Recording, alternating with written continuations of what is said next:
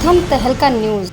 इस वक्त के लिए बड़ी खबर झज्जर से। आपको बता दें कि हरियाणा के डिप्टी सीएम दुष्यंत चौटाला झज्जर पहुंचे, जहां उन्होंने 25 सितंबर को दादरी में लगाई जाने वाली ताऊ देवी लाल की प्रतिमा के बारे में जानकारी दी। इसी के साथ उन्होंने बताया कि डॉक्टर अजय सिंह चौटाला पार्टी कार्यालय की नींव रखेंगे। आपको बता दें कि डिप्टी सीएम ने बुढ़ापा व अन्य पेंशन को लेकर भी कई तरह की जानकारियां दी। तो वहीं किसानों व आढ़तियों की सुविधा के लिए जो योजनाएं शुरू की गई है, उस पर भी उन्होंने कई बड़ी बातें कही है। बड़ी खबर झज्जर से। बता दें कि हरियाणा के डिप्टी सीएम दुष्यंत चौटाला झज्जर पहुंचे, जहां उन्होंने दादरी में लगाई जाने वाली ताऊ देवी लाल की प्रतिमा के बारे में जानकारी दी। उन्होंने बताया कि 25 सितंबर को दादरी में ताऊ देवी लाल की प्रतिमा लगाई जाएगी। तो वहीं अजय सिंह चौटाला पार्टी कार्यालय की नींव रखेंगे। आपको बता दें कि डिप्टी सीएम ने इस दौरान बुढ़ापा पेंशन व किसानों व आढ़तियों की सुविधा के लिए जो योजनाएं शुरू की गई है, उस पर भी उन्होंने कई बड़ी बातें कही है।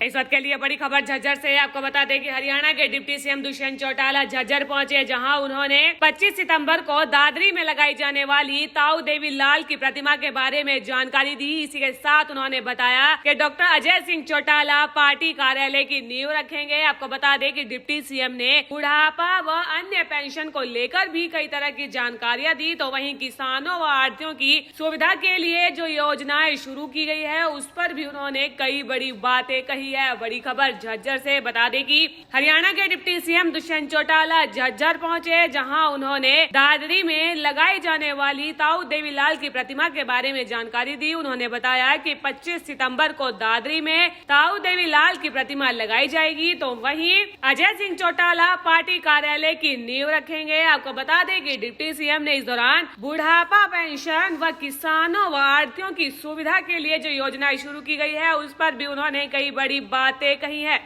मोटो क्या था सर? आगामी 25 तारीख को जननायक स्वर्गीय चौधरी देवीलाल जी का स्टैचू दादरी में स्टैब्लिश किया जा रहा है।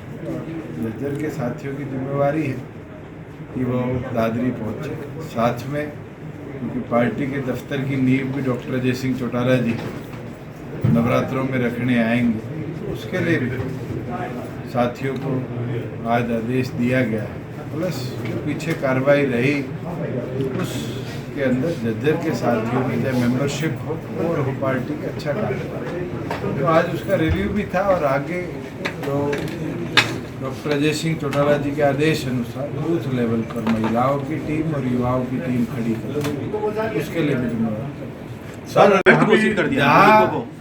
पेंशन की बात है, ये समस्या मेरे संज्ञान में भी आई है, सीएम साहब भी इसको देख रहे हैं, क्योंकि चौधरी देवीलाल जी ने इस पेंशन को शुरू किया था 100 रुपये के तौर पे और आज 2500 रुपये, क्योंकि परिवार पहचान पत्र से लिंकेज हुई और कई लोगों की फैमिली आईडी में पेरेंट्स और उनके बच्चों की इनकम को कोलैबोरेट कर दिया। उसके लिए हमने स्पेशल कैंप्स का प्रोविज़न शुरू कर दिया है। और मैं तो आपके माध्यम से भी कहता हूँ, कैंप्स डिस्ट्रिक्ट वाइज लगाए जा रहे हैं, सोशल वेलफेयर डिपार्टमेंट लगा रहा है। किसी की भी पेंशन कटी है, किसी की भी फैमिली इनकम रीवेरीफाई होनी है, तो उन कैंप्स में जाके दुरुस्ता के साथ कराए।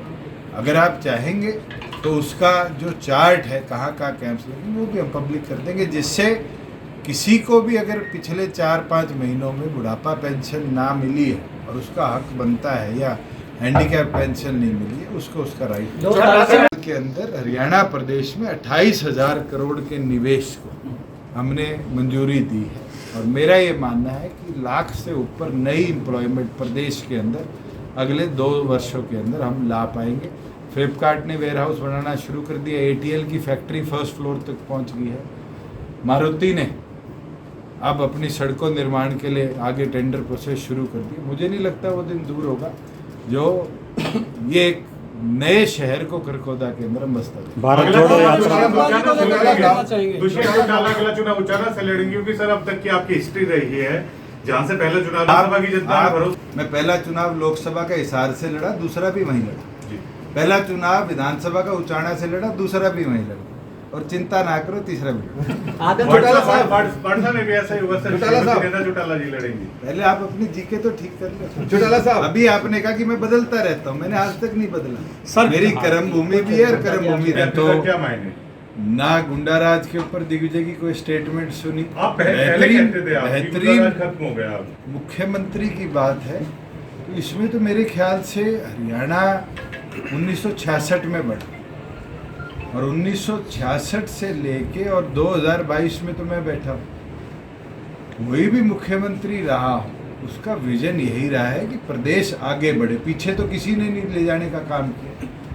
और आज भी हम डेवलपमेंट वर्क्स देखते हैं, प्लानिंग देखते हैं तो हर एक के राज में चौधरी देवीलाल जी हर गांव तक बिजली लेकर गए।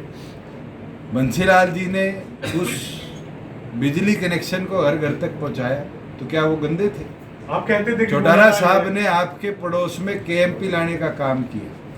केएमपी कांग्रेस के 10 साल में नहीं बना और आज वो कंप्लीट हुआ तो हमारे पास खरखोदा के अंदर दुनिया का सबसे बड़ा कार प्रोडक्शन प्लांट है। वो विजन 2003 में ना रखा गया होता तो क्या आज वो प्लांट आता?